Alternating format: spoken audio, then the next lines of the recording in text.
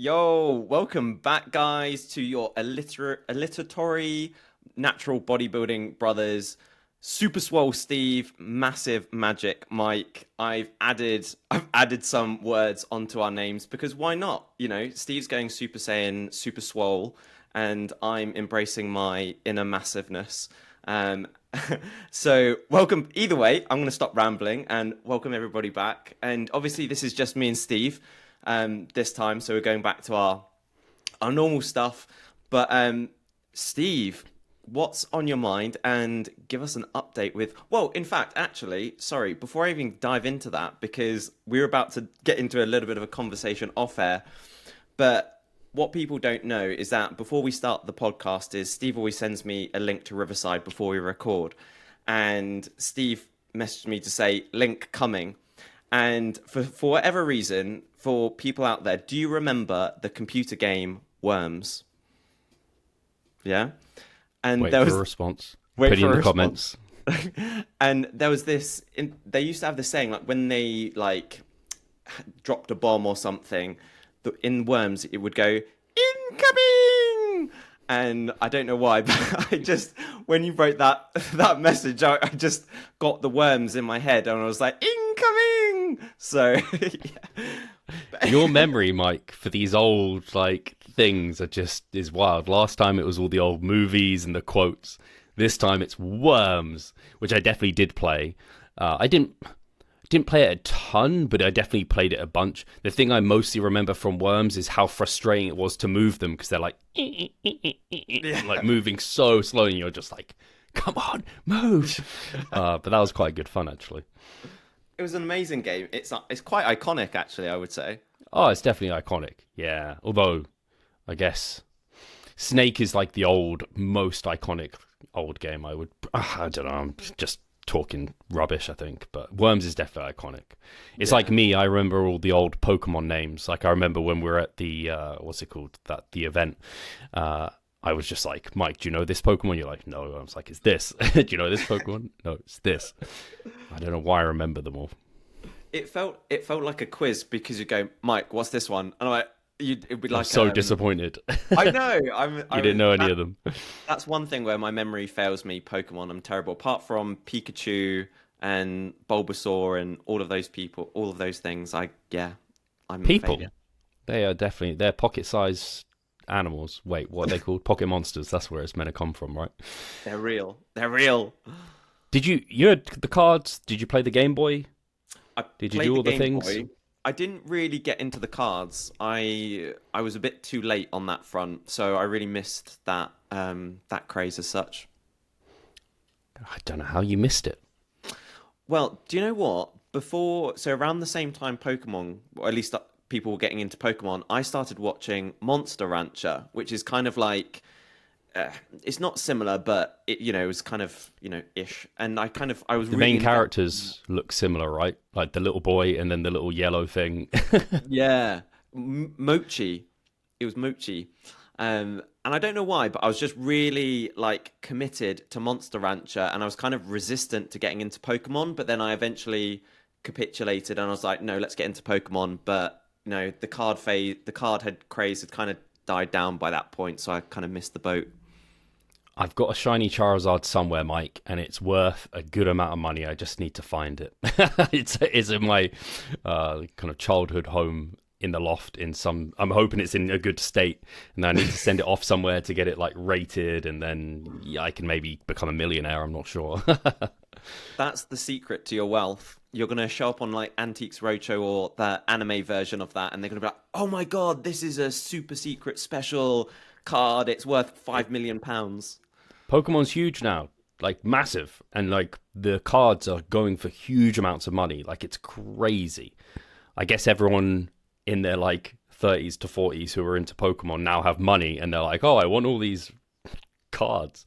And now, I don't know, it's like anything. Money only has wealth because we determine it so. So now you can just use your Pokemon cards to buy things. I also have a bunch of Yu-Gi-Oh cards. Did you get any Oh, Yu-Gi-Oh cards? I didn't get Yu-Gi-Oh cards either. Again, I watched it, but I didn't get the cards. Did you do Warhammer? No, I didn't get into Warhammer. What did you collect as a child? You must have collected something. Don't tell me it was stamps, Mike. You now collect stamps. Yeah. I collect dead beetles. So no, I didn't really collect anything. I kind of half. At one point, I thought, oh, maybe I'll start collecting like old coins and stuff like that. But it never really kind of, manifested into anything. So to be honest, I don't think I collected anything. You know. Gosh, I know. you just weren't like me. I collected everything you could think of. I can even remember. Do you remember there was a time? I don't know when it was, but there was like football coins, and you could basically get like a little booklet, and you could put your Yes. coins in that. I don't even remember how I got them. Like, was it from a newspaper or something? I don't even know. But I just collected anything that I could, basically, that I thought was cool. I was just like, I'm going to collect that. I'm going to collect that. My parents must have hated me, and I don't blame them. Yeah, I so remember that, but again, I never got into it. I don't know why. I'm just not a collector person. What was your favorite console game?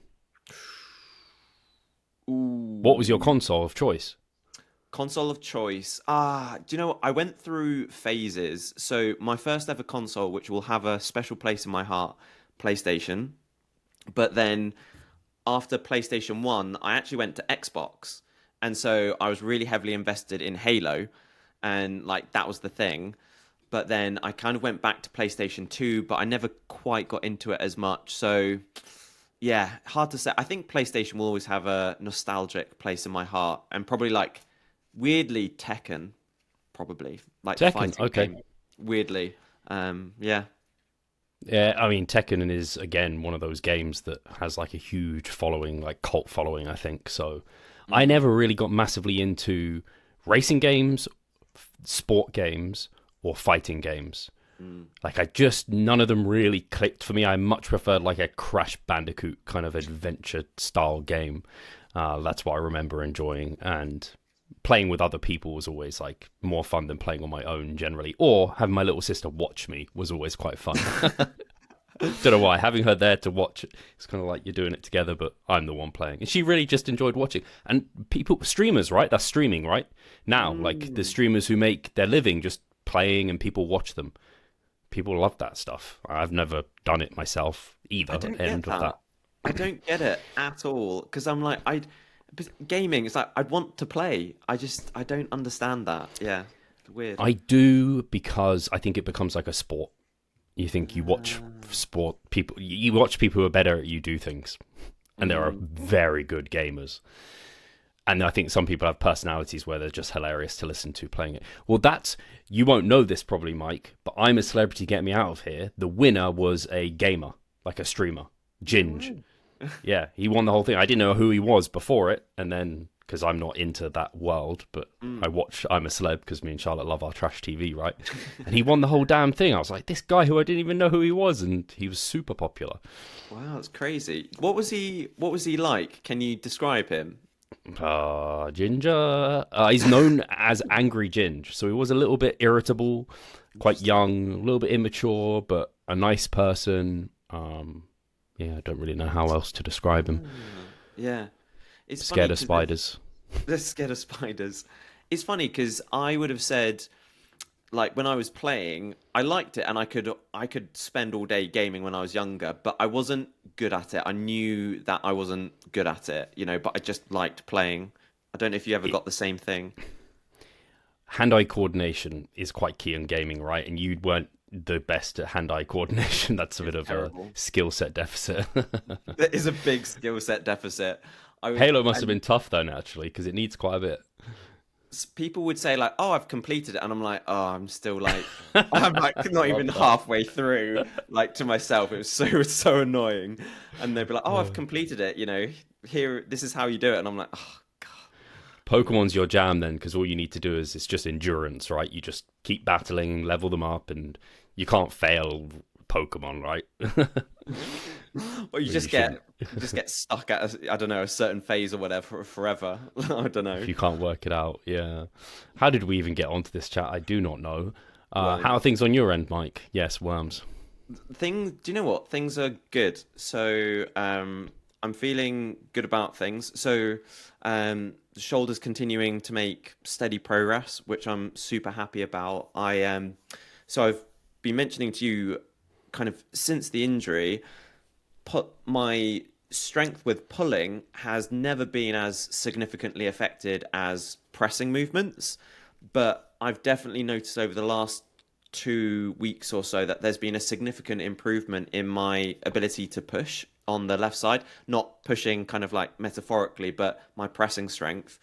And to the point where now I'm on nearly everything bar maybe two movements, I think. Well, yeah, two pressing movements.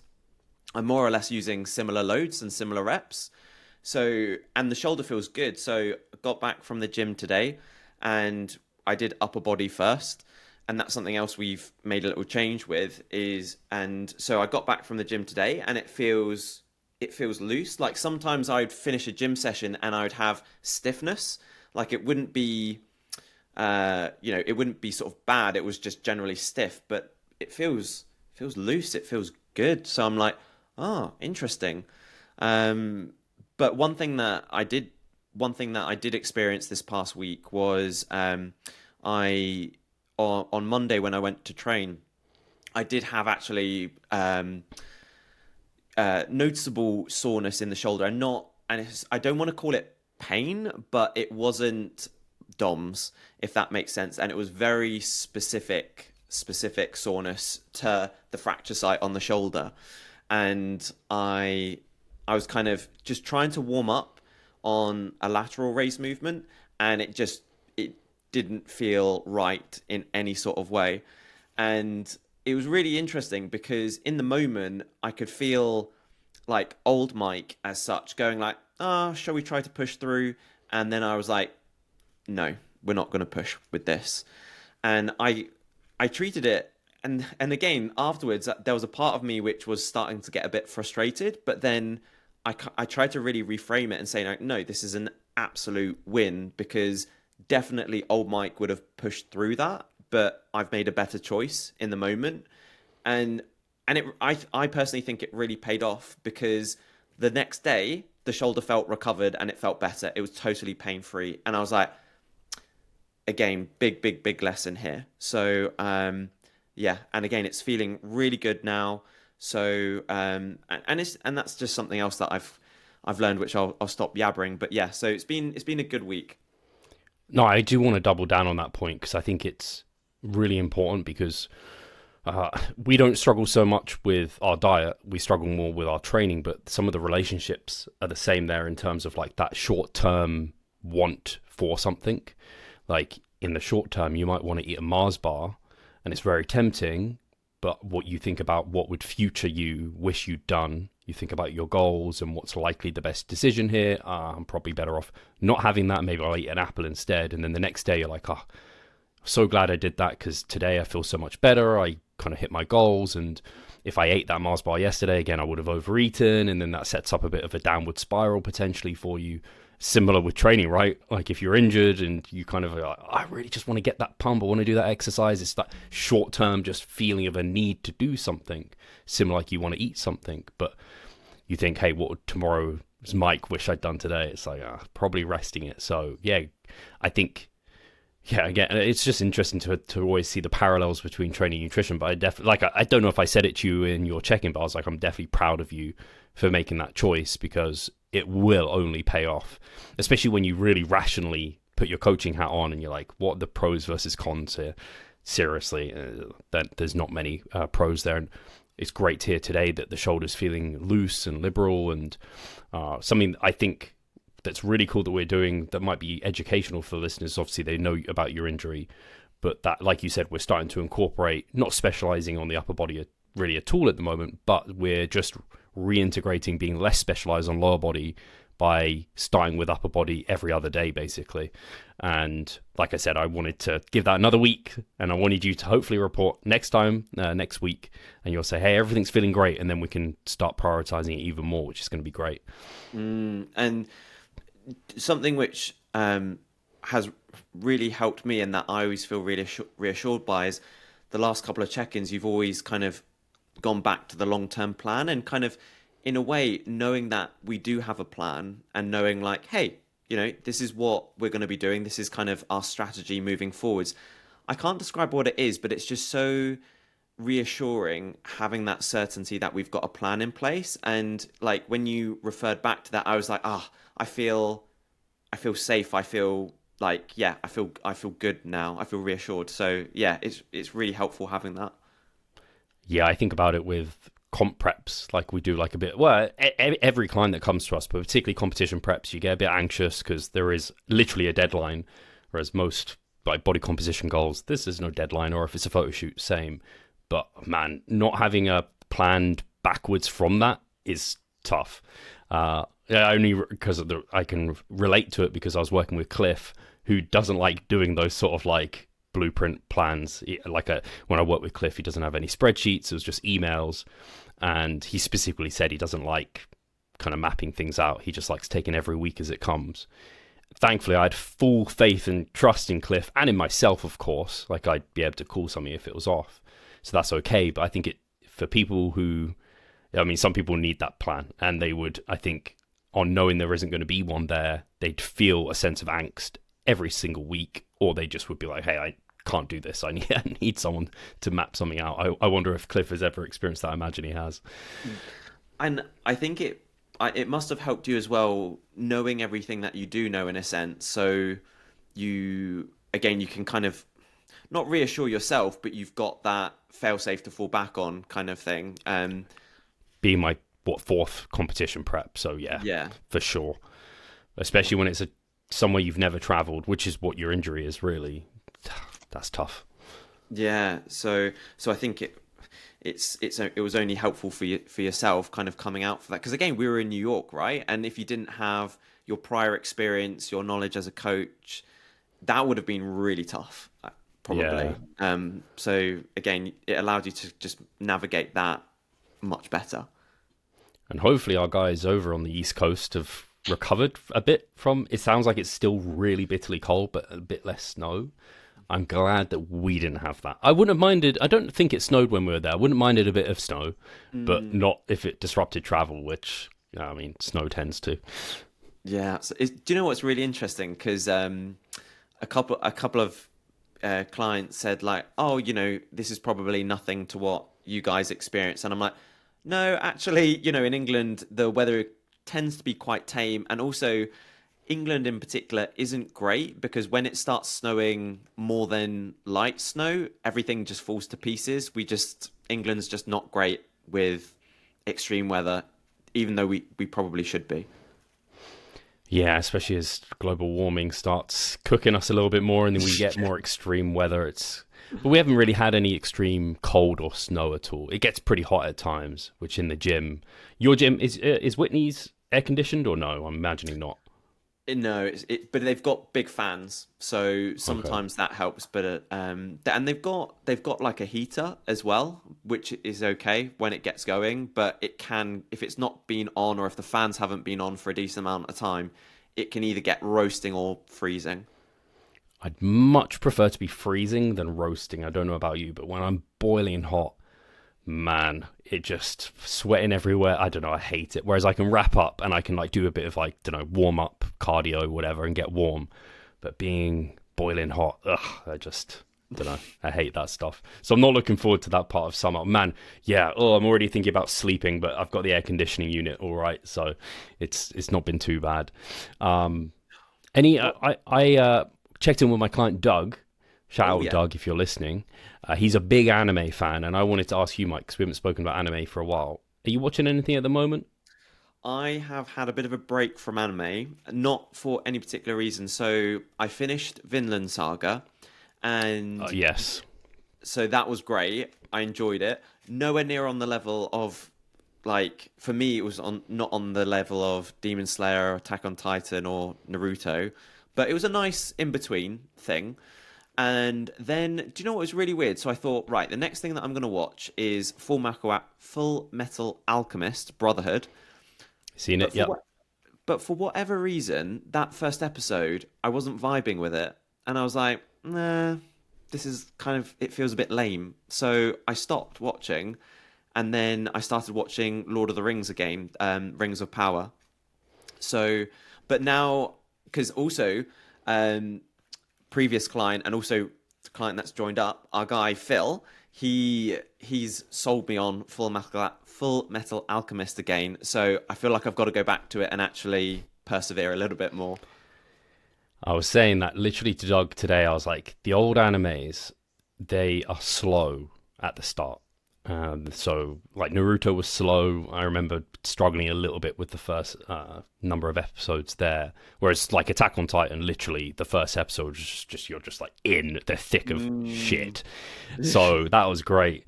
But Full Metal Alchemist Brotherhood, I enjoyed it. It definitely got better as it went on. But yeah, I didn't. It was some people. It's like their favorite completely, but it's similar to me. I like tried Bleach and I just didn't quite get into it the first few episodes, and then I tried One Piece and just didn't quite get sold on the initial episodes, and I'm just like, I think I just have to invest into those old animes or just kick off a new one. So yeah, you haven't. I was hoping maybe you'd found something that I was like, oh yeah, I should jump on that, but I think I'm gonna watch. I think it's the Jujutsu Kaisen. I think they've got some new stuff coming out. So I watched a movie which kind of recapped a bunch of episodes. So in season 2. So I think season 3 might be coming out or something. But anyway, I think that's what I'm going to move on to. Have you seen Dr. Stone? Yes. Not all of it though. Okay. What are your thoughts on it? It's fine. It's like because it hasn't got like the action and like, I don't know, like hair standing up on end and that sort of thing. But you learn stuff because he's really smart and lots of chemistry and things like this. But it doesn't like, I'm not like, sitting on the edge of my seat or full of emotion. I'm just like, yeah, it's fun, good time, that sort of thing. But apparently, as well, there's supposed to be. Is it this year that they're redoing Super? Dragon Ball Z Super. Oh, are they? I feel like I saw an Instagram post that's saying that this year there's going to be like 3 animes, that are going to be making a comeback and a remake. So they're doing like a remake of Dragon Ball Z Super, not Dragon Ball Super. I think also there might be a new, I don't know what you'd call it, not series, a new arc that they're going to do with, I've forgotten his name. He's like a big goat. I watched some YouTube videos of someone reading the manga. I really actually enjoyed it. They just basically had the manga on their screen and then like just read through it as it was going. And I really it was when I kind of didn't have access to other anime at the time. I wasn't that interested, but that should be fun because he was pretty cool and very powerful. So I'm looking forward to that. Yeah. But listeners, if you can cue us, like if there's anything you're currently watching and you're hooked by it, let us know. Definitely. Yeah, for sure. But Steve, tell us because it's kind of been 2 weeks because we didn't really have an update last week. So what would you say are some highlights over the last 2 weeks? Oh, good question. I think a highlight will be my belt squat RDL, which I can't remember how many weeks it's been that I reincorporated those.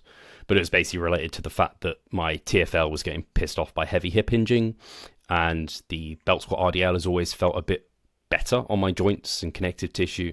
I never get this next day ache through like areas that I don't want it to be, like stiffness through my lower back, for example, which I do get with the barbell RDL sometimes. So anyway, went back to those, and I just reviewed how much load and reps I was doing to last time I was doing it, which is actually like years ago now. I think it might have been a couple of years since I did it. It's funny how long you literally keep something in the rotation, some of these big compound lifts, for like a year. So then when you come back to another one, it's like, well, you hope you're doing more. And I was comfortably like a solid 30 kilograms more load that I was shifting with it. So I've just been able, it's meaninless really, because different belt squats, different weights, and I don't know how it converts to anything, but it was 270 kilograms for 988 I actually got today. I added another 5 kilograms on last week, so it's just feeling dialed. And like I said, it's all the stimulus in the right place. So I can't complain. I think that's clear gains have been made across like that area. And then other highlights I think would just be, I'm loving using knee sleeves. They definitely give me a little bit of something in the hole, but I've never felt as comfortable and controlled in that bottom position as having the knee sleeves there. Everything, like, I don't know, I don't feel like I'm ramming up against joints. I feel like I'm just getting good muscle kind of tension and stimulus using them. But I think I'm going to be on all-time PR hack squat numbers, but with the sleeves on. So it's a bit like they're definitely giving me something. I don't think they're giving me like 10% load increase. I don't think that's likely, especially because I'm not bouncing out the bottom at all. I'm just controlling that bottom portion. But I'm just feeling really confident in those lower body compound quad bias movements, which is really just nice. I have to say though, Mike, tendonitis is such a ball ache because it just hangs around like a mother, like just not like a mother, but you know, I was going to swear. Mother, you can hang around, it's fine. But so I'm just noticing it's creeping, but it's not getting worse within sessions. I just feel it and note it. And then the TFL I know is not gone. Like I can still feel it there, and it's just making me so it's making myself. It's letting me know it's there. That's what I'm trying to say. Like I weirdly noticed it on my rest day, like flared up a bit. I was like, oh, I mean, I did train legs the day before, but there was nothing in the session that would have led me to think it. But it's just helping keep me on mind that not to be too aggressive with load and rep increases. So if I'm not taking every set to 0 RAR and stuff like that, I'm okay with being in and around a 1 RAR. If it's even at 2, it's not the end of the world by any means.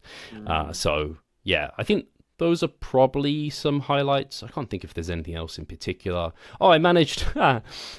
My bench has been stuck at, what is it, 115 kilograms for 5 and then 4 reps. And I kept bouncing around 5, 4, then I get like 4, 4, and then I get 5, 4. It's been like that for like 6 weeks. And this week I managed 5 and 5 again. I was like, I got a rep. Nice. But yeah, it's just such a... You'll know this, Mike, when you're at this level and you are well adapted or you're very skilled at a certain exercise, it just takes so long to see that adaptation and therefore be able to hit that PR. But I'm very certain I haven't benched 115 for 5 before, let alone 2 sets of 5. I'd have to look back. I hadn't benched. This was like a new movement for me for like years. I don't think whilst I was at Yorkies I ever benched, like barbell benched consistently. So it's been a long time since I've used the barbell. What if you go back to your powerlifting days, what was your bench 1RM? It might have been 115.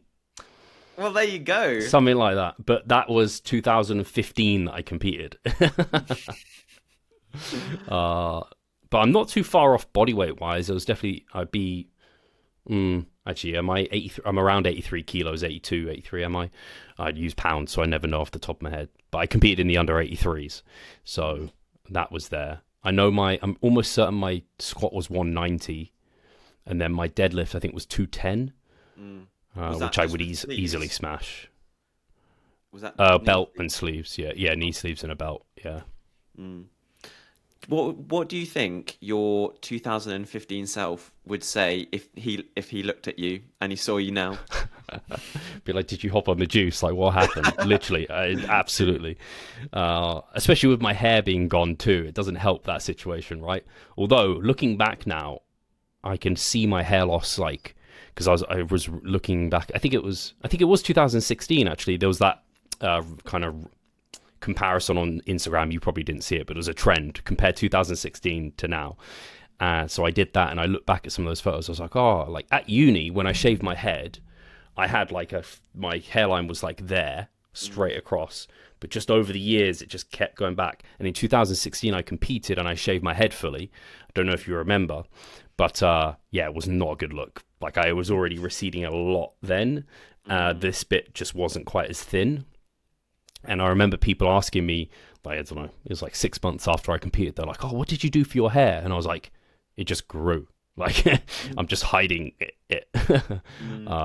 But yeah, muscularity wise, I definitely back then never thought I could get to this size now. Like, I would be like Steve, what the fuck? What did you do? Yeah. It's just kind of also really nice to think when we talked about like, what would your future self say? What would your future self think? But also maybe the reverse, if you think about, again, no limits in terms of my future self could be amazing. You know, don't put limits on yourself. Yeah, On I that kind note, of always, Mike, yeah, sorry, I was going to say okay. My Hero Academia. Feels put me on that, so Oh, it's okay, yeah, that's a good one. it, I'll try to persevere with Full Metal Alchemist, and then My Hero Academia will be after that, I think. And that one also needs a bit of perseverance, but not quite as much, because at least Okay. the animation is very modern, whereas Mm. Full Metal Alchemist is a bit old. And yeah, I don't know. I can't really remember the first episodes, but it did feel a bit kiddie for a while. But Naruto did too, and so did what the other one you just mentioned that you just finished. I've forgotten. Literally, it's popped out of my Vinland head. Saga? Vinland Saga. Yeah, that was a bit hard for the first few episodes, I thought. Yeah, I am. I feel like the animation in Vinland Saga was a tiny bit better than Full Metal Alchemist, though. Yes, yeah, because it's new, right? Vinland Saga's within the last few years. Yeah. Uh, anything else to highlight? Hmm. I've got a highlight for you because I don't think we've mentioned this yet, or correct me if we have. Ooh, I think I know what you're gonna say. Bali? Yeah, Yeah. So you are. Tell us about Bali, Steve.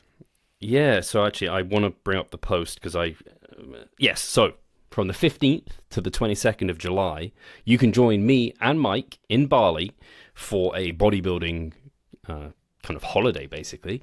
And we would love to see you there. In fact, I know I have Jake coming as well, Jake Hellman. We have yourself. Andrew is coming as Yeah. well. And I know of a couple of people who I've spoken to in my DMs who are also considering coming. So like, there's already quite a good, like, real revived, stronger crew going to be out there. Dirk Emmerich is going to be out there too. Obviously, Brandon's invited me, and there's just a great number of educators out there. So it's basically a week of being in Bali. So it's amazing, it's super sunny. It's like the best time to go to Bali, I believe. And then we're training every day bar one, and we're doing it'll be something along the lines of like push, pull legs, off, push, pull legs. And you'll be taken through sessions with each of the coaches who are going over there and presenting. So I'm one of those people. Brandon invited me over to coach and present. So I'm working kind of full time out there, but it'll be like the best type of work, I imagine, because we'll just be hanging out. And every day you get breakfast, you get lunch. Pump Kitchens are supplying us with, like, I think breakfast maybe and lunch. And then we're going out for dinner in the evening. So I think it's something along the lines of like, I can't say specifics, but I think it is something along the lines of you kind of all kind of, they give you accommodation as well. The price is absurd. I think it was, what is it, 1.5K in dollars, $1,500 basically, which I think, considering it's all inclusive Yeah. and you get education and coaching full time, basically, is just, I was like, that's a steal of a price. I don't even know how they're able to make that financially viable. So let me come back to the start. So we'll have like breakfast at like Pump Kitchens, which is Jackson Pios's like bodybuilding kind of cafe, essentially, where the food looks tremendous. It's all like macro friendly, all that sort of stuff. Then I think it's like go and have a kind of educational talk by a presenter for a couple of hours, where one of the kind of key speakers will be talking. So I'll have my topic and I'll be talking one of those days, which I'll need to start preparing my talk. And yeah, I'm excited and nervous for that. You know what I'm like, but a small audience, I like much more than like hundreds of people. It's just, that's a bit more intimidating. Anyway, then we'll, I think, get lunch, then train. And again, you'll be put like through the works. Jake was saying, should I deload before it or after? And I was like, you probably don't want to deload before, because you'll be so sore after that first session. Because there'll be just all the volume, all the intensity, but obviously taking you through things carefully, executing the lifts to get the best bang per buck stimulus SFR wise. And each kind of individual coach will take you through their philosophies and lessons and teachings. But we are there to put you through a test, essentially, like to really make sure that you are on top of everything and getting the best from your training, therefore. And so after training, I think then there's a bit of free time before then a dinner in the evening, where everyone will go out for dinner at a Bali restaurant. And then I think we'll do that each day. And then there's a rest day, bounce back in the middle, which I think we're going on like quad bikes through like the jungle and stuff like that, so across beaches. So that's going to be a ton of fun. And then it's back to kind of training and everything like that the rest of the week. So Yeah, I'm just super excited. It's that undefeated gym as well, which is Jackson Pios's, Brandon's, and Aaron. They are, I think, the three kind of investors into that gym, and it just looks like a bodybuilding paradise, to be honest with you. They have like saunas, steam rooms, like ice baths. They have like a pump kitchen in the gym itself. Like, yeah, it's a dream come true in many ways. If I wasn't presenting, I'd want to be going. The only thing that puts me off is the flight, but it's just because I don't like flying mostly. So yeah, It's all right. We'll be together. It'll be fine. We managed New York. It'll be fine. yeah. Well, I mean, that's why I was like, I don't want to overthink it. I was talking to Charlotte about it. I don't want to overthink it. As soon as Brandon told me, I was just like, absolutely, I am honored to be invited. So I was just like, I'll make it work. And that's why I think I maybe said at some point on here. Anyway, the reason I bought a laptop, because I was just like, hey, I'm going to need a new laptop because I'm going to have to work over there. I want to travel more. It's like one of my life goals to be a bit more flexible and able to do that. So I'm unbelievably excited for it. I think it's going to come sooner rather than later as well. I think it feels far out. I've actually, as a personal note to me, to you, Mike, because we're obviously going to arrange at least flights out there together, because I think Charlotte's going to come meet me afterwards. At the moment, in my head, and we'll book soon, I think, is maybe fly out like on the Sunday, so then we're there to get acclimated sort of like late in the day Monday, have the whole of Tuesday, and then things kick off on the Wednesday, something along those lines. And then it's Wednesday to Wednesday, and so I'm thinking I'm going to stay for like a week and a half afterwards, to like, and Charlotte's going to come out for a week and a half and do that. So that's kind of what we're thinking. Yeah. No, it's so cool. And I wanted to say as well, because I saw I haven't liked it yet, but I saw the poster review because they were doing like the coaches get to know the coaches kind of thing of the Bali trip. And yeah, I just want to say like I'm really proud of you. Like I really Oh, I appreciate that, man. I was just like, yeah, just everything that you're achieving so far. It's just so cool. It's like, it's so sick. So yeah, it's just awesome. And I think again, like one thing to highlight as well is like every coach at this Bali camp is a pro, is got over 10 years experience and like numerous other qualifications. So these are like top tier, all of you guys are top tier. So because I think another one of the coaches is going to be Nathan Wallace as well. So yeah, it would just be sick. And something that I always think about as well, which we talk about from our meetups, our Revive meetups, is it's just connecting with like-minded individuals who share the same passion with you, and you just can't put, a price on that, because it just, in terms of how much it kind of fires you up and it energizes you, is just unbelievable. So yeah, it'll be incredible. Thank you so much, Mike. Yeah, it's going to be a core memory for all of us. Like I said, I'd want to be going even if I wasn't like presenting. It's just like, dude, this sounds like the most fun thing ever. To go there with you also is just like fantastic. Like we had so much fun in New York and all our travels when I was competing. And was there another comment? Oh, I wonder if I should hold this for next week. I might tell you off air, because I feel like there's something going on next week, which is exciting. It's not on the level of excitement of this by any means, but it's still a proud of myself moment for getting this opportunity. So I'm going to be on a podcast, and I'm very excited to be on this podcast. So once it's recorded and I feel good about that, I'll maybe talk about it next Thursday, and then hopefully it means it will still go out. But I'm assuming once it's recorded, it will go out. But sometimes you get, I don't know, you're invited. I've actually had podcast invites from like quite a big podcast before, and I've been like, yeah, and then they just never come back to me, and I'm like, oh, what happened? So I don't want to. This is booked into my calendar, it's booked in their calendar, and I trust this person wholeheartedly, but I'm just like, I don't want to put it out there and then it not happen. Yeah. But I think, do you know what that reminded me of? It's like, so you've been podcasting for what, how many years now? Basically coming up to a decade, yeah.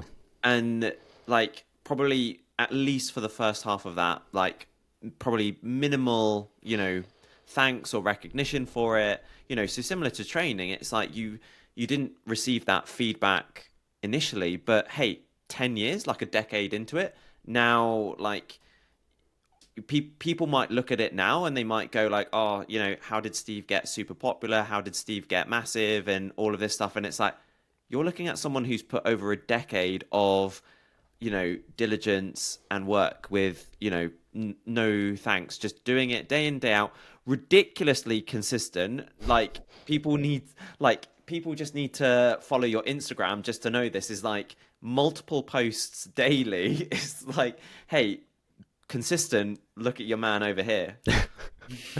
Yeah, somehow it's embarrassing how many posts I've done on Instagram.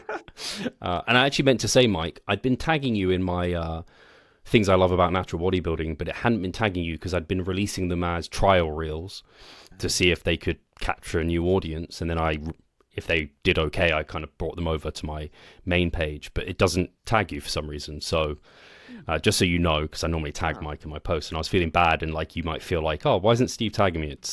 I always tag you in ones that aren't like just I don't know why, but I sometimes tag you in my training ones, sometimes don't. But I think going forward, I'd probably just tag you in them all. Anyway, what you said there is very true. Also, in a physique sense, people often look at people with like crazy physiques and they don't understand the years behind that transformation. So yeah, it's one of those. And it's funny you saying, how did Steve get like big and popular? And I'm like, man, I do not feel that way at all. Like I still feel like such a small individual within the space, but I'm happy with where we're at and where we're going and the direction that things are going. And it's just a case of continuing to turn up, do good work. And again, looking up to Eric Helms and Team 3DMJ of how long they've been around sustainability, but also just like they've always stuck to their principles, which I really appreciate, because I do think there are ways to grow quicker, but I think you often find people move away from their grounding principles of why they did what they do in the first place, which we are just not wanting to do, and that's fine. No, totally. It's kind of like this peace of mind and peace of self, knowing that, hey, we have always been ourselves and we've been authentic to who we are and what we stand for. And hey, it doesn't matter what we achieve at the end of the day. It's like, hey, we've done what we love to do. We do what we believe in, what we value, and that's all that matters at the end of the day. Yeah, exactly that. I can't imagine trying to fake something or spin lies or do anything. It's, if I make a mistake, I own it because it was authentically me, and if I've made a mistake, it's fine. Like, but I'll never purposely put out false information or false thoughts or this sort of thing. We just are showcasing our growth and development generally.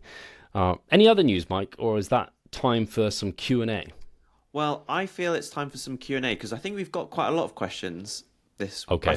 I feel like we've got more to catch up on maybe, but that might just be me. We've got the time chamber questions, but we've got, you WhatsApped me some questions from... Oh, so we've yeah, got a should couple we in cover there that as well. first? Yeah, let's do it. Let's get the WhatsApp one, I'll ask, because then, where is it?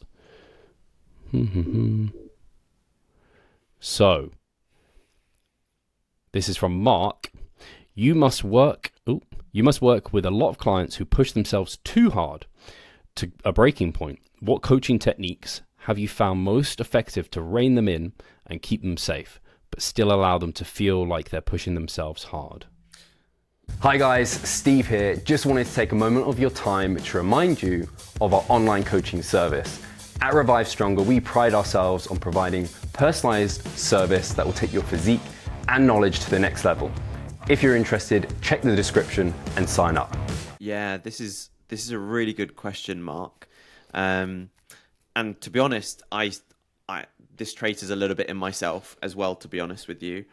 I think it's always trying to, and an analogy I like in this too is that sometimes if you imagine a mouse, sometimes you might have a mouse that just smells the cheese, but they can't see the trap. And you might have other mice who only see the trap, but they can't see the cheese. And you've got to try and find that middle ground. And so that was a terrible analogy, by the way. But anyway, I was thinking it through. I was like, oh. So, there was some kind of relevance in there, I'm sure. But I think what I was getting to was that I think with clients that push too hard, I think you've got to make them aware of the trade-offs. So what is the ultimate goal? So if, for example, the ultimate goal is to, build muscle, then I think making them aware of the trade-off, saying like, hey, you could do this extra set, or you could dig yourself into a hole. However,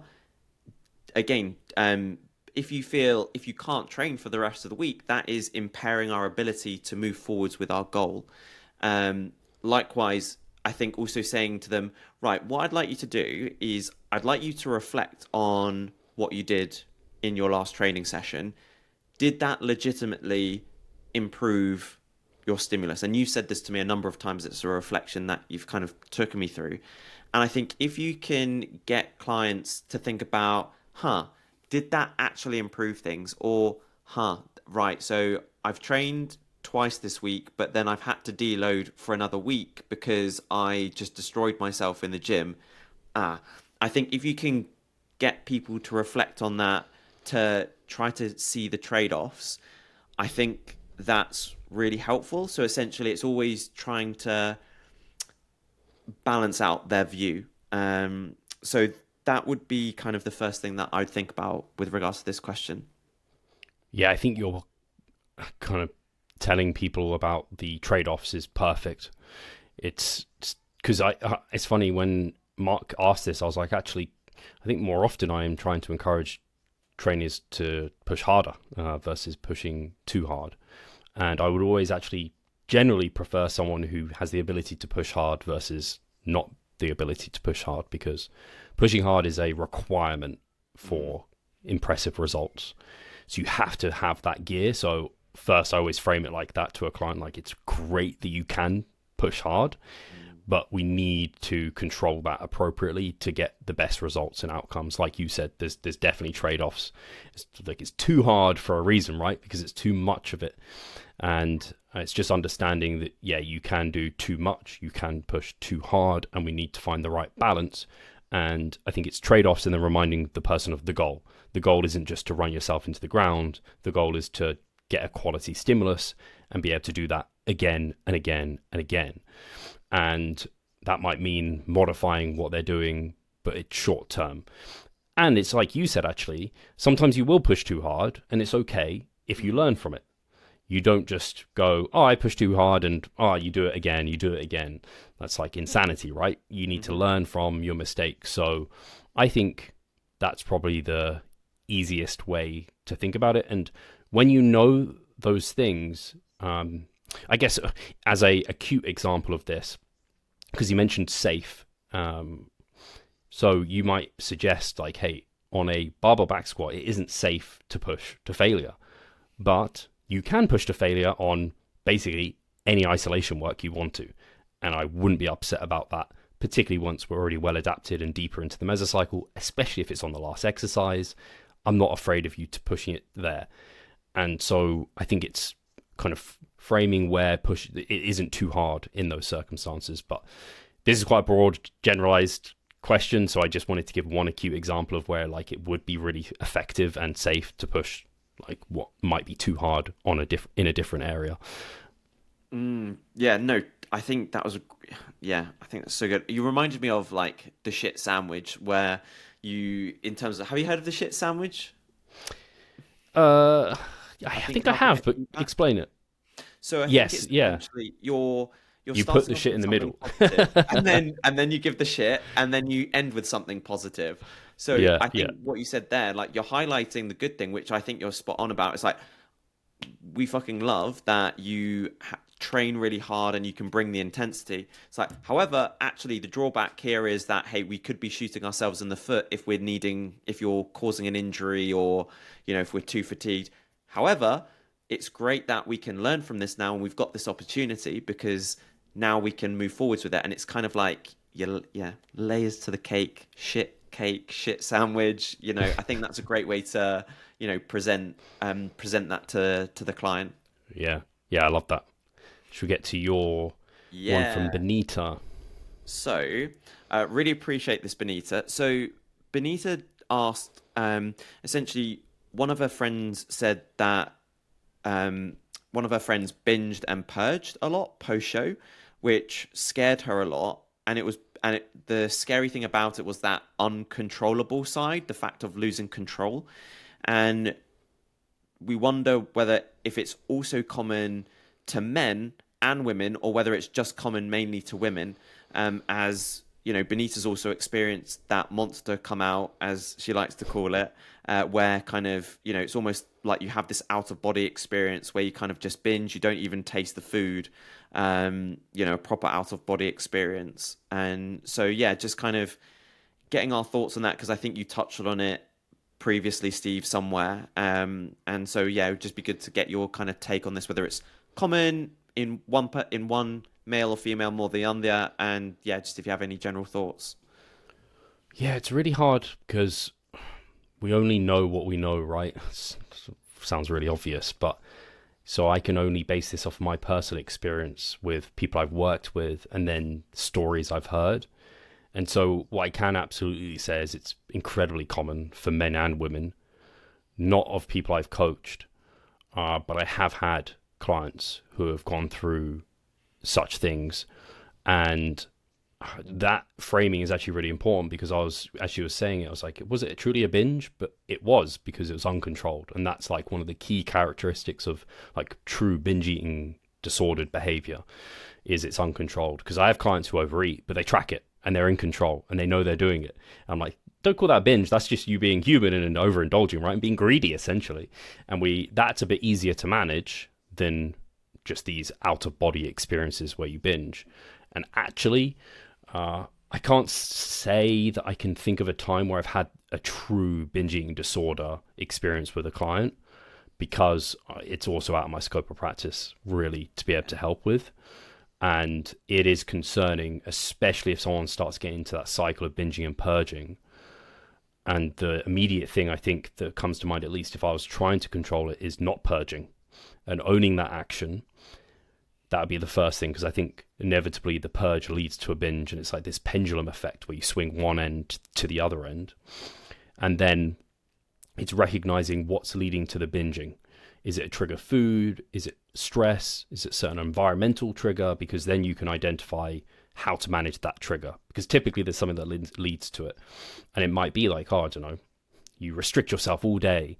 Like there's been all these opportunities to eat something, like people at work are offering you a little treat. You walk past this bakery and there's a croissant. You're like, oh, that looks great. And you're like, no, I can't have it. And then you get home in the evening and your partner presents you getting a Domino's takeaway, and then you order everything off the menu and you eat it all. It's like, well, maybe it was that lack of give yourself a bit of flexibility through the day. If you gave yourself a bit of freedom to maybe eat that croissant, which would be maybe like 300 calories, you wouldn't have eaten 3,000, 4,000, who knows, because you don't even know, and you didn't enjoy it because you can't even remember how it tasted, which is like the worst thing ever, right? I think about this, this is a bit of a tangent, but when I first massed, I was under the impression that any weight I gained, if I ate clean food, quote unquote, would all be muscle. And I was eating like 5,000 calories. And it was all like, quote unquote, clean food, bodybuilding friendly food. And I got really fat. And I'm like, man, I could have enjoyed those 5,000 calories at least. I just ate all this like boring stuff. So yeah, I would say the analogy there of a dog on the leash is, with our clients, we use a flexible dieting approach. And part of that is encouraging some freedom and inclusivity within the diet. Nothing's off limits. But as you go through a contest prep, inevitably you get more and more restrictive, and the dog leash becomes tighter and tighter and tighter. So it's important post-show not to suddenly let go of that leash. It's like this, like Ada, imagine, you know Ada, she's like mad dog pulling on a leash. She sees a fox, and you're just like, let go. And suddenly you've lost her forever. Like, I don't know what's going to happen. Similar with clients. Post-show is the time where you have to keep them on a leash, but you extend it a little bit. Because if the leash is a little bit longer, then now they can actually navigate situations. Whereas if you're really tight, you can't navigate anything. It's like you're either on the leash or you're off the leash. You make it a little bit longer. Now they can, there's a bit of a thing in the way, so I can move right. There's this twig, I don't want to step on that, whatever it is, kind of extending that analogy. But you give them a little bit more freedom. And as they become more and more in control and you can trust them a bit more, you let them slowly a longer lead until maybe you can let them off the leash. And when you call them back, they come back. And it's brilliant because they're in control of their food and environment. Food isn't controlling them.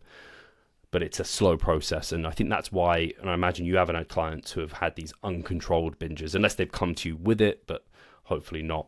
Hopefully that made sense. Yeah, it does. I think the only question that I had then is, do you think there's anything we or coaches can do, say leading up to a show or during a contest prep, to kind of like almost in terms of setting expectations or kind of education to help prevent those sorts of things? Absolutely. And I'm so thankful that I've had chats with amazing people on the podcast on the post-show recovery period. One with Jeff Alberts comes to mind. So I'm always giving clients like these resources and links with presentations in our members area as well, which are full dedicated 20-30 minute lectures on expectations post-show. And we also encourage most of our clients to utilize refeeds during their contest prep and peaking approaches where we increase food. And they're opportunities to practice having more food, but having control. And we also encourage our clients to stick around post-show for weekly check-ins, if not checking in with them more frequently than that, especially at the start of that recovery period. And just having that accountability and support network is so, so important. So I think those are some things you can definitely do.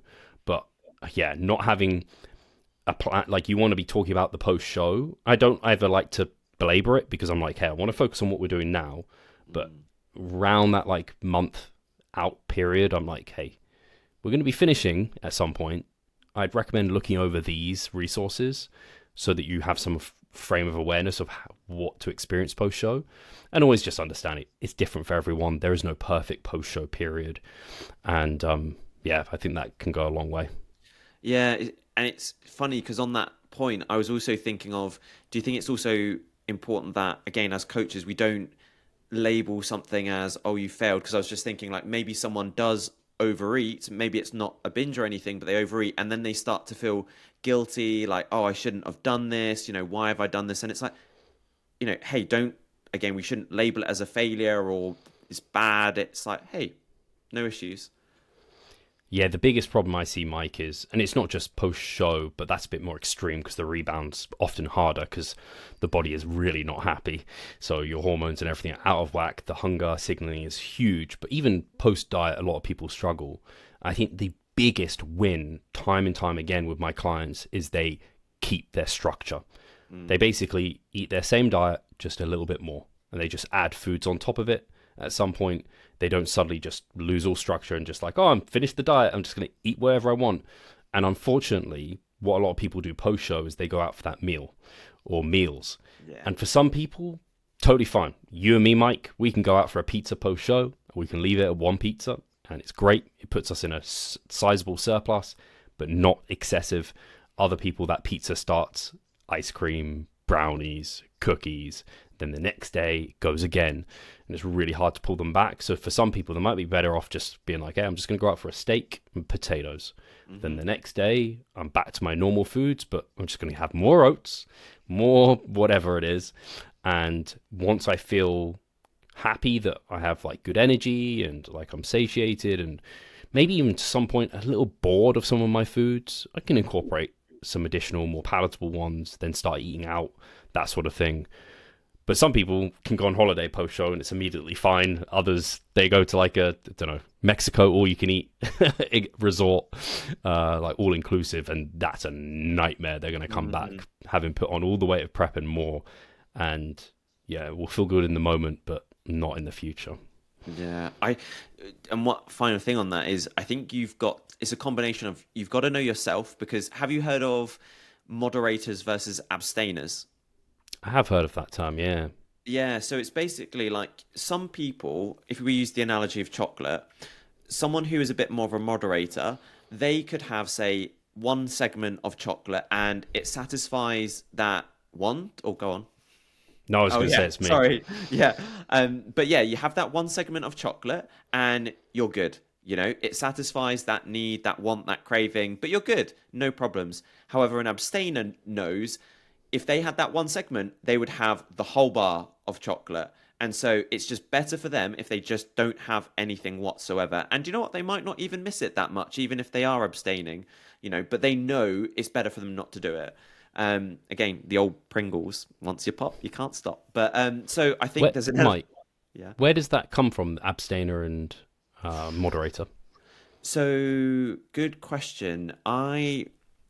It's something related to discipline and the different types of discipline, but I can't Okay. remember precisely. But it's related to that, I think. I think I've saved the podcast where I heard it, so I can dig it Okay. up. I I'll just let wondered did they talk about encouraging abstainers to become more moderators? I think I imagine that you can educate and you can train yourself to do that for sure. I was just thinking, in the realm of food, I tend to be of that perspective where some people talk about their trigger foods. I'm not that person that's like, hey, you should just never have that in your life then, because it's clearly a Yeah. trigger. I'm like, no, we should have some exposure type therapy to this trigger food so you can control it and it's not controlling you. That's where I want to get someone to. So where you taught me through that, absolutely, I see people like that. But I think I'd like to encourage an abstainer to become a moderator if I could. I'm definitely on you. I'm aligned with you on that front. But I think also if it's someone's first prep or their first season, sometimes you don't know what you don't know. And like you said, if it's a dog off the leash analogy and they have their first prep and there's no structural guidance from the coach and they go to like an all-inclusive and, for whatever reason, maybe they do again overeat or, something not so great happens just because all of those things culminated. So it's probably a culmination of, again, the client knowing themselves, the coach knowing the client, educating them, but then also trying to make sure that they're not put in a situation where something like that might happen. Yeah, exactly. Yeah, so well said. I couldn't have said it better myself. Should we get to that was all our questions from WhatsApp, right? Yeah, that was it. Let's go Awesome. to the... I will ask you the first from Barnaby B10 asks, I get 7 hours but trouble staying asleep, not dieting. Any tips? My largest meal is pre-bed, but I do avoid screen stimulation. Ooh, thanks for the question, Barnaby. So I think a couple of things.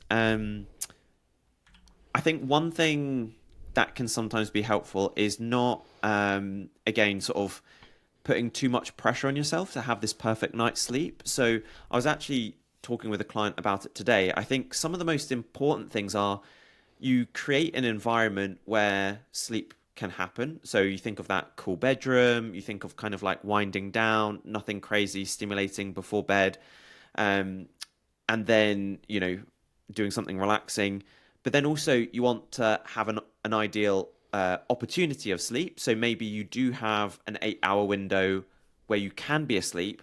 But if during that 8-hour window you do get up to go to the loo or you do wake up, don't stress too much about it. And I think, because I think as long as you're creating the environment, you're creating the conditions for good sleep to happen, whatever it is will be what it will be. And you tell me this a lot, Steve, but again, think about Barnaby where if you are awake for a prolonged period of time, maybe you're quite wide awake, or maybe it's been like 10 minutes or more, and you're kind of not really drifting back off, then maybe you just get up out of bed and you just go downstairs or you go somewhere, do something super relaxing, like you do some crochet, some knitting, or you or you read a book maybe. But yeah, and then like when you feel sleepy, go back to sleep. So I think those would be the first things. But what I would say is, you said your largest meal is pre-bed. It would be good to, I think you do have to have a serious reflection and probably experiment, I would say. I think be courageous to experiment with a smaller meal before bed and just honestly reflect with yourself, did that change things? Because I think sometimes and I'm one for this as well, I'm very one for being guilty with a big meal before bed. But again, you just got to honestly say to yourself, like, hey, is this affecting things? And then make a change. Very well answered. I think if I was to add on top of what you said there is, I'm guessing Barnaby is asking because he's not feeling like he's getting quality enough sleep. But if he isn't feeling that way, then I would be saying, what's the problem? Mm-hmm. Because I think some people think, oh, I must be sleeping 8 hours and sleep through the entire night, otherwise my sleep is trash. It's like, well, no, everyone's a bit different in how much they need, and actually waking up through the night is very normal. So I would Google sated, SATED,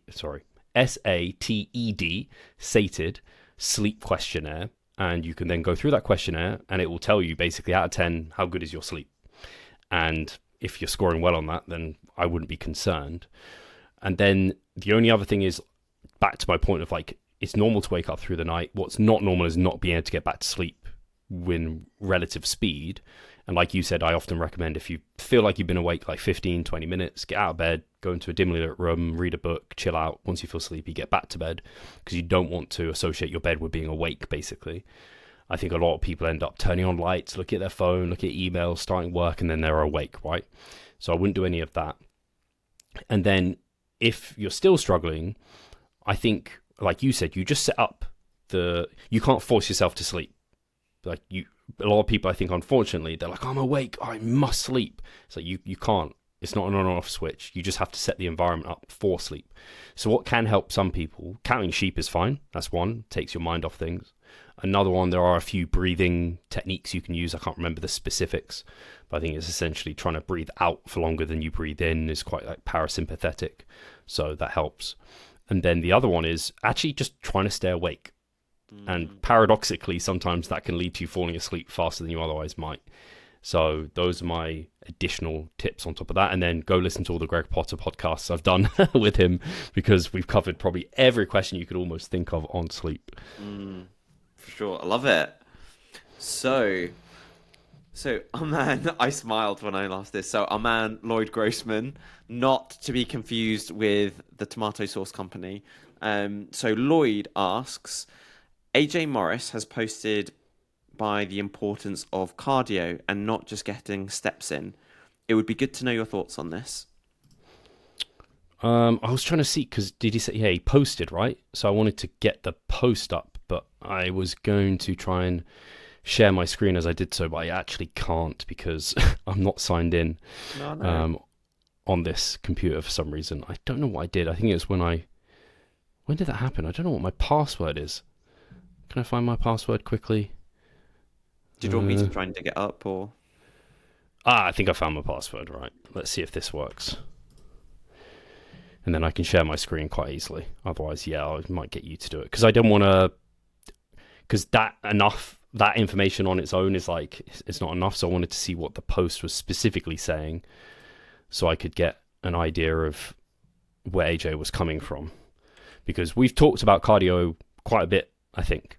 Mm-hmm. And our perspectives are generally like, hey, as long as you're resistance training multiple times a week, 3, 4, I would say at least 3 upwards, you're getting like 7K steps every single day on average. You've not got long times of the day you're sedentary. You're basically doing everything you can from like a maximizing health perspective. So from like a more exercise on top of that isn't necessarily better, is what I would say. So let me share my screen. Where is it? Share screen. Then go. Can you see my screen? Yes, I can. Okay, so I should have found this post ahead of time, shouldn't I? Because it would be funny if I can't find it now. Best fat loss hack. Whilst you're just finding that, I just also want to say, remember, guys, there is the cardio round table in one of the Revive Stronger episodes. So definitely go back and listen to that Revive Stronger episode with the cardio round table, because because obviously that is legit the resource, the go-to resource, I would say. Yeah, I think that round table was fantastic because Menno and Eric just did a fantastic job on that. Did I skip over it? I feel like I think steps don't cut it. Here we go. This must be it, right? So he said, for me and most of my athletes, minimum of 60 mins a week of 120 to 140 beats per minute. So that's just low intensity, steady state. I don't really see that as very different to steps. I like to use stairs as it's easy to get hurry up. I like to do weekly 60 mins at 140. Okay. and 20 minutes at 160 to 180, no longer are you gassed between sets. I've never really... People say that, right? Where it's like you get extra... if your cardiovascular system's better, you recover better between sets. And I think I'm skeptical of that. Like, if you are generally cardiovascularly fit, and also, like, what's the best way to build up your tolerance to recovery between sets is like your training, right?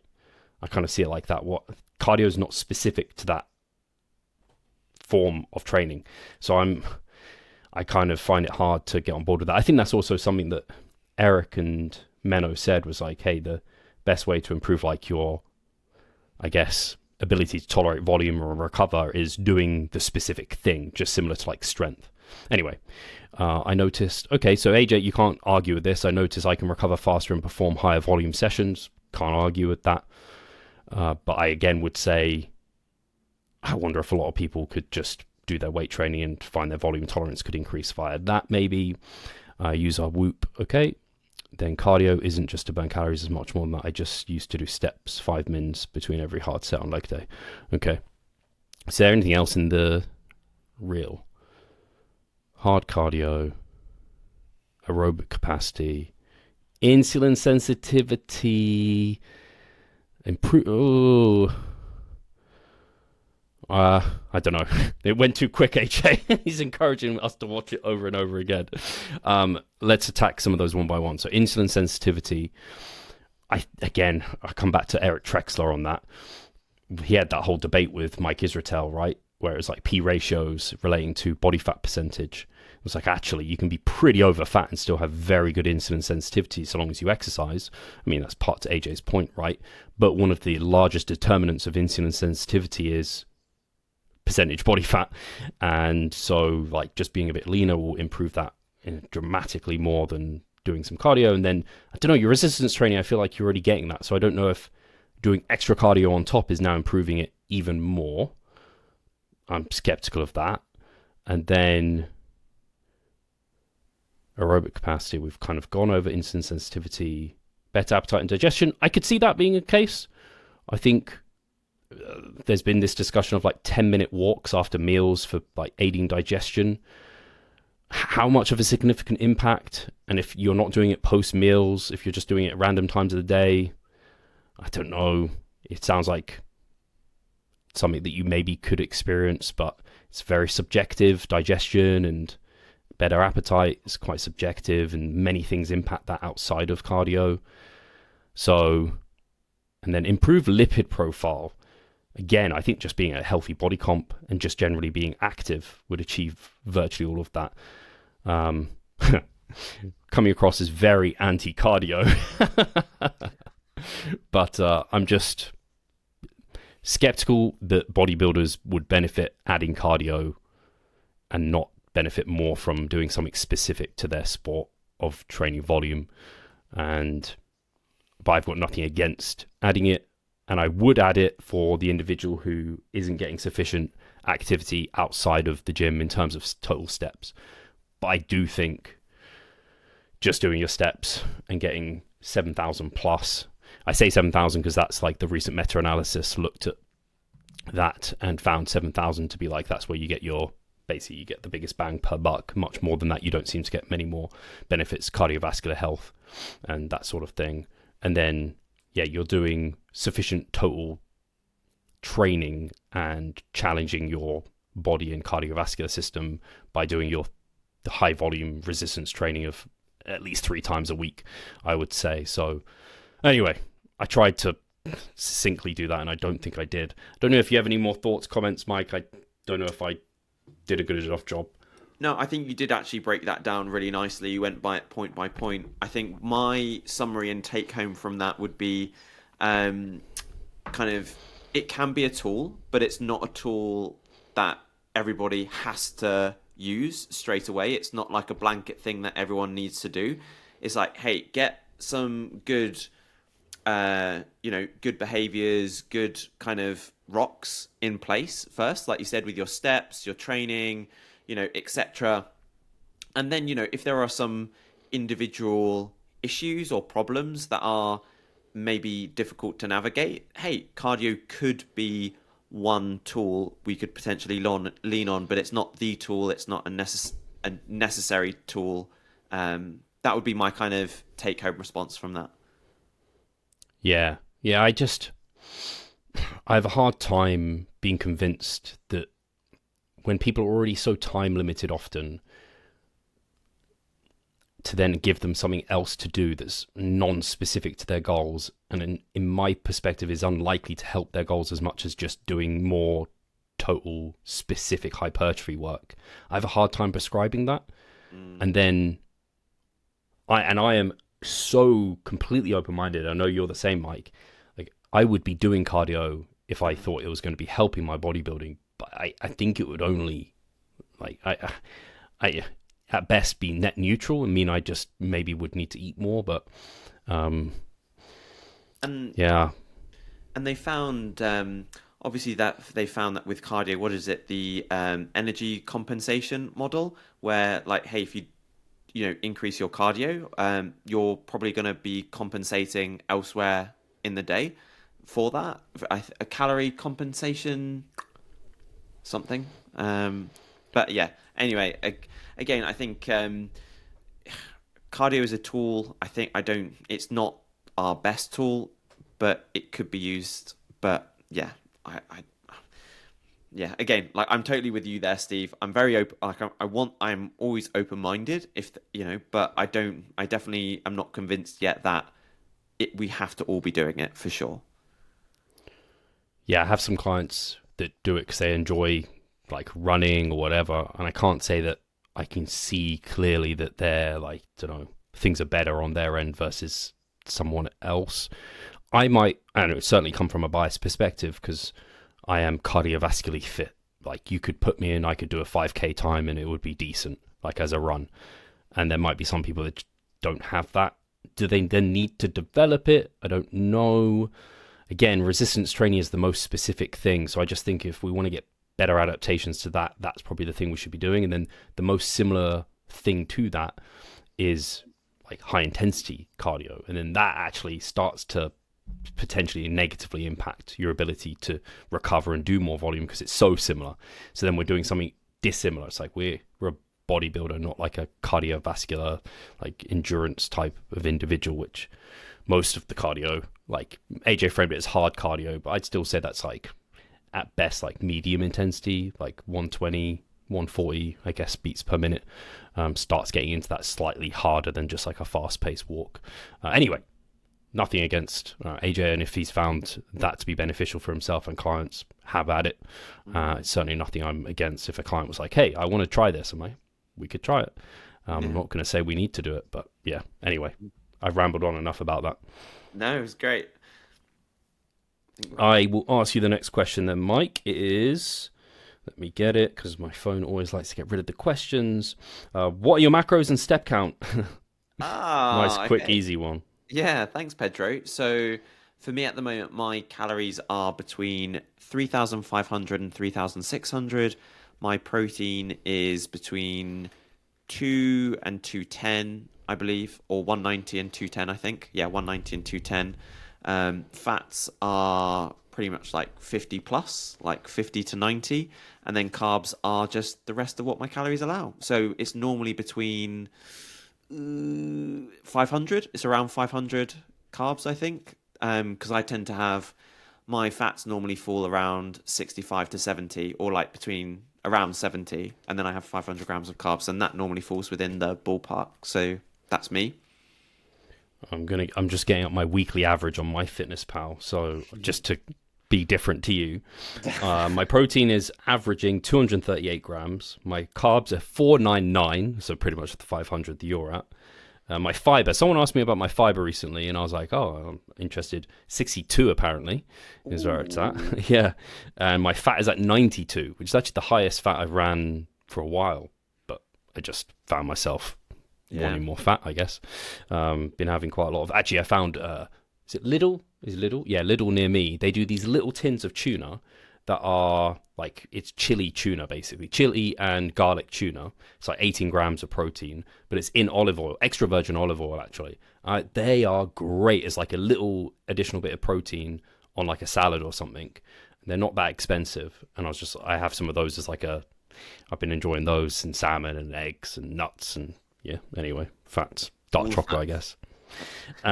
Then what was my steps? So I was actually going to bring up my steps here as well. My steps. I haven't opened my step tracker in ages. What are your average steps? My average steps are around 9,000. 9 to 10K. In my head they're higher than that, but yeah, maybe you actually do hit that. Just around there. It's asking me to update my app. I'm pretty certain my steps are around 12,000. I typically hit like around 11,000 during the week, and then on the weekend I typically go for a bit more walks. So according to my Withings watch anyway. Actually, on that note, that's my step tracker on my wrist at least, and then my phone tells me my average steps are, can I get week? 12,000 for this week. What was last week? 13,000. Oh, okay, so maybe my step count's nearer like 12 to 13. Oh, it was 15,000 that week. That must have been like around Christmas when I was walking around Bude. Nice. Cool. Right, so Patrick Morris asks, I never feel lean enough to stop the cut because I can always be leaner. The goal posts always seem to shift. Have you got any tips on knowing when to stop? This is the problem of being self-coached, right? You can always convince yourself of things that you maybe don't necessarily, the goals can always shift. So I think maybe just setting yourself a goal and target at the start and then being comfortable with stopping it there, or getting someone to be accountable to and they can tell you to stop. In regards to clients who don't have like a clear end goal, I have some general rules of thumb. So I don't really like to lose much more than 10% of someone's body weight in one run, unless we're doing it very slowly, just because after about 10% of your body weight, that's when you tend to see the diet fatigue really ramp up. You see more assertive adaptations in metabolism, things like this. That adaptive resistance starts to ramp up. That is supported by some literature.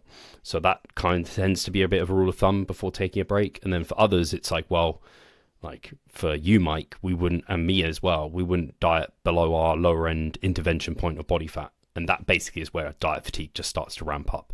So hunger starts to become higher, food focus, lower libido, lower energy levels, mood, motivation, potentially some performance drops. That's like, hey, they're red flags. When you start to see some of those accumulating, you can see someone has like their low teens of body fat, clear muscle separation. I'm like, cool the brakes. We're lean enough. Let's kind of push up. So those would be mine at least. No, I like those a lot. Yeah, I don't really think I have much to add to that because I really just liked your thoughts of, because it might be that you, Patrick, that you set some objective markers that you're aiming for, whether that be visual leanness or, I'd probably say visual leanness potentially, or it might be a potential body weight marker, and just be cool with stopping it there. And even if you're like, oh, should I, shouldn't I would just say, just stop, and maybe then the next time you go around to doing a cut again, if you think from your previous cut that, oh, maybe I wanted to be a bit leaner, then right, make the goal the next time to be a bit leaner. But I think it's important that you don't break promises with yourself because I think that kind of maybe I can't think of the exact word, but essentially you always want to stick with your word essentially. So I think it's really important that you do that, and just know there's always going to be a next time. So if you do feel like, oh, maybe I should have gone a bit further, don't worry about it. There's always a next time. So you can always go with that. The great thing about what we're doing, and I really liked this term that Zach Robinson used on the recent episode, is it's like, or maybe it was Josh actually. I think it might have been Josh. It's like, hey, we're lifers in this game. So it's always, we're just learning and we just get to apply that lesson next time. There's no win or lose, pass or fail. You're not going to die because you didn't get to a certain level of leanness. It's like, hey, just reflect, and then adapt and adjust the next time around. Yeah, perfectly said. Yep. I also think some people think of your dietary goals as like an on and off switch. It's like if you decided to stop dieting and then you're like, actually, I wanted to get a bit leaner, I feel really good. You can always start again. It's like, it's just okay. You don't want to get into like a purge and binge type cycle, combining words here. But yeah, anyway. Next question is from Colin JT1. You're right, there is a lot of questions. We probably won't be able to get to all of them, actually. I feel bad about that. Nucleus overload, can lots and lots of sub-maximal volume results in substantial growth, and is this complementary to traditional sets? Am I missing something with nucleus overload? Yeah, I am as well, though. I've heard of it. I've never dove into it. I don't think it's substantive in terms of like an evidence-based term. So my take on this question, and I might be getting this wrong, so I'm essentially interpreting this question as, hey, you can pull the volume lever, or you could maybe pull the intensity lever, or you can do a little bit of a combination of both. So if you were to say, do a bit more volume, but not as intensely, maybe you just capped things at 2 to 3 reps in reserve, or 3 reps in reserve maybe, but you just did a lot more volume. To my knowledge, like, hey, maybe would that bring the same as going to 0 to 1 RL but doing slightly less volume? Maybe if you had somewhere in the middle. To my knowledge, my feelings would be that it's equivocal. So that's how I'm kind of interpreting this question. So you could do that, and if it's a strategy that you, Colin, or someone needs to use because of that's their preference, or maybe an injury related thing, then cool. But essentially, I don't think it's going to be better. It's just a different way of approaching things.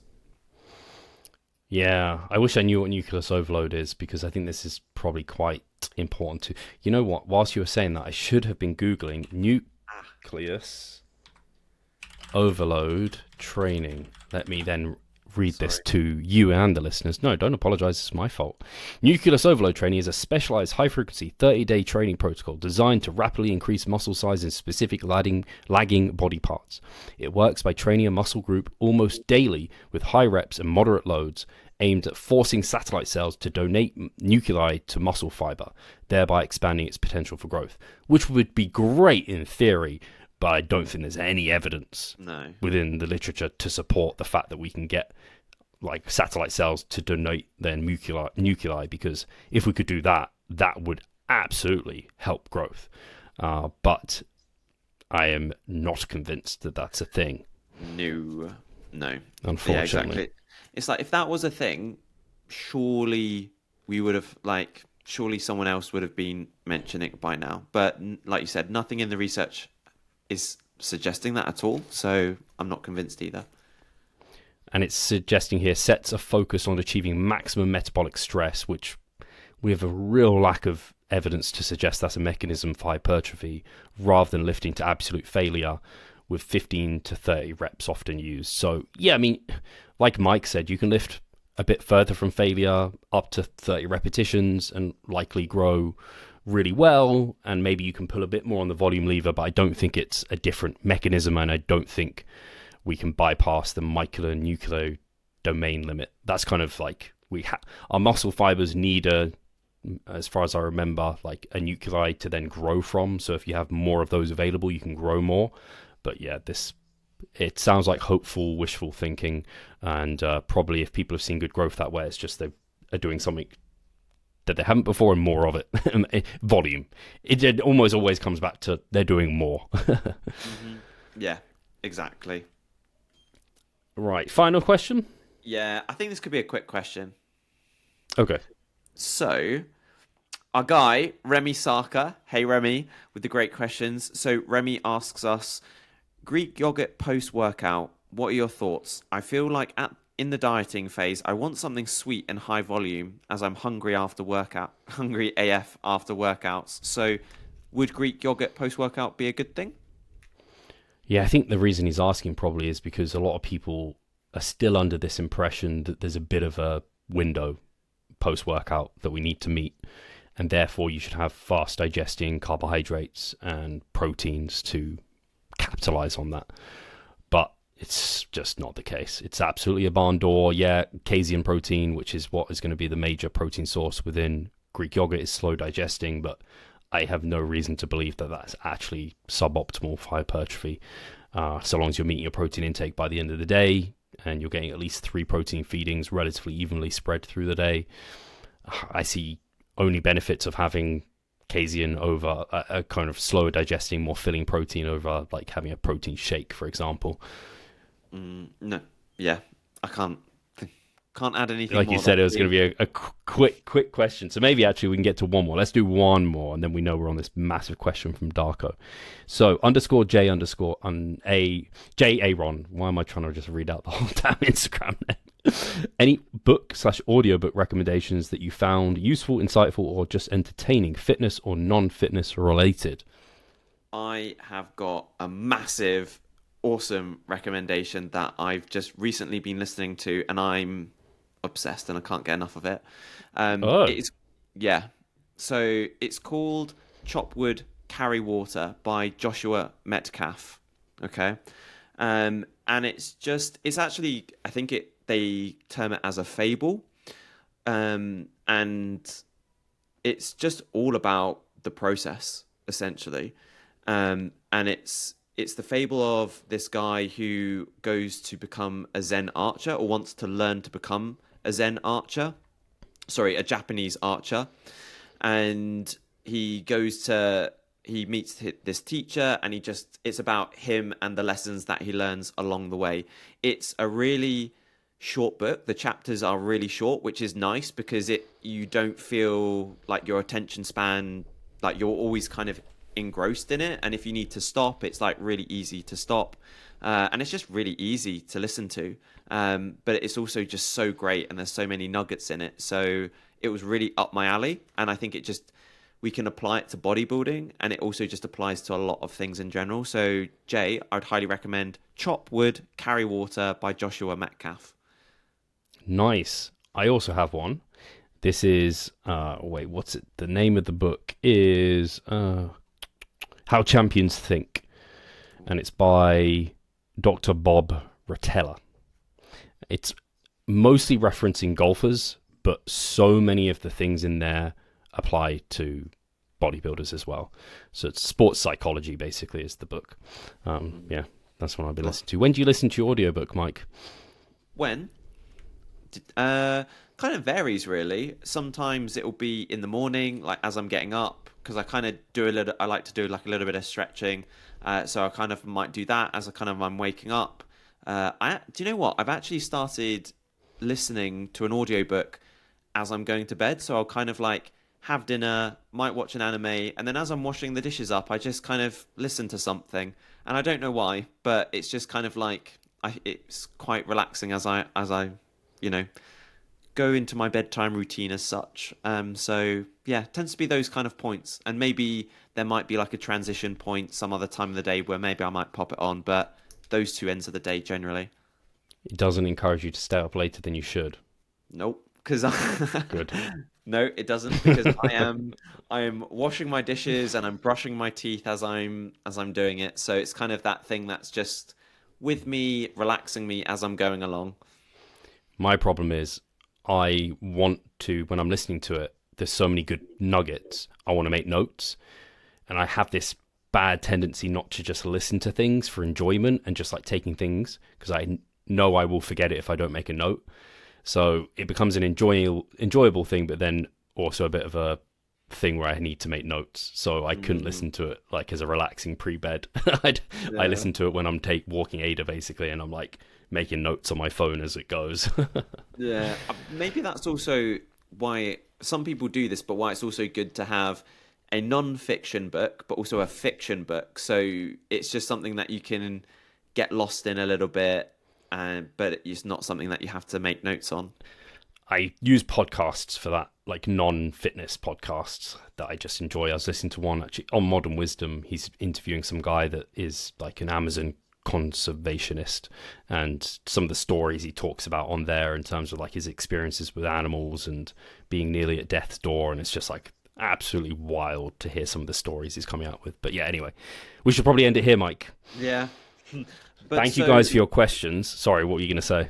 No, I was just actually going to do a little bit of house admin. I was just going to say, like, hey guys, just remember we're coaches in case you didn't know. So if you're ever interested in being coached by us, then please drop us an email, drop us an application form, and we can get chatting. So I just wanted to throw that out there as well, because we haven't said that yet today. Yes, guys, you should know that by now. But if you don't, we are coaches. We love coaching our clients to the stage, to photo shoot lean, or just to getting as lean as what they should, in reference to one of those questions, what they should, like giving them clear goals and outcomes. Anyway, in addition to that, do subscribe, give us a like, give us comments, let us know how you're feeling. If you want to ask a question, I'll link the hypertrophic, always forget, time chamber, my broadcast group over on Instagram. That'll be linked in the description. You can come join. And if you're not part of that, then yeah, you can send us a message over on some platform to ask a question. I think Mark emailed me, and I don't know how Benita got in touch with you, but she obviously found another way of getting a question across. So guys, do all of that. We appreciate you, and we'll answer the rest of those questions in a future episode. Yeah. Take care. See you later, guys.